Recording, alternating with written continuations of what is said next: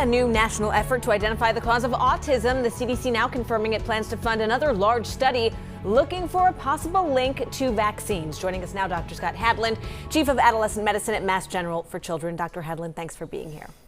Thanks for having me. All right, Dr. Hadland, this issue has kind of already been exhaustively studied. So what does the research that's already out there show?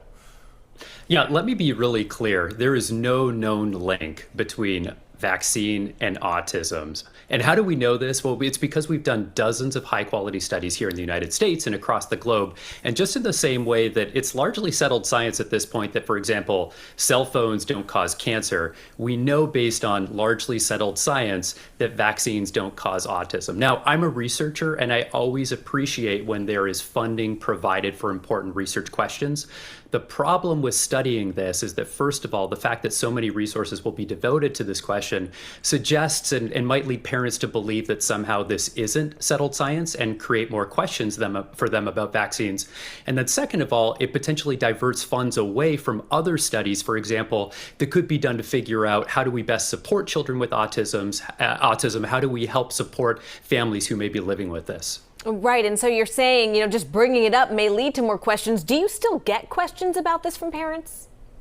We do get questions about this from parents. And in fact, we want that, right? There's a lot of misinformation out there, including on social media. And parents really just want what's best for their children. And so I want families to come and talk to people like me, to talk to health professionals so that they can have a careful conversation about what are the benefits of vaccines, which are very clear. And then for us to have a chance to provide reassurance around the risks that parents may have heard about. All right. So if the research shows that vaccines don't cause autism, do we know what does?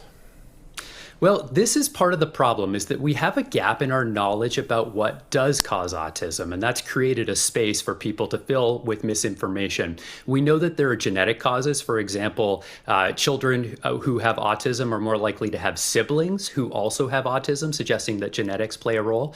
We know that developmental factors are important here. So, for example, children who are born to parents who are older at the time that they conceive are more likely to have autism. We also know that, for example, babies who are born prematurely are more likely to have autism. And so, doing large-scale, large studies to figure out what's going on and what's causing autism is important. But I want to be very clear that the science tells us very clearly right now that autism is not, or vaccines rather, are not one of those causes. Okay, Dr. Hadland, thanks as always. Thank you.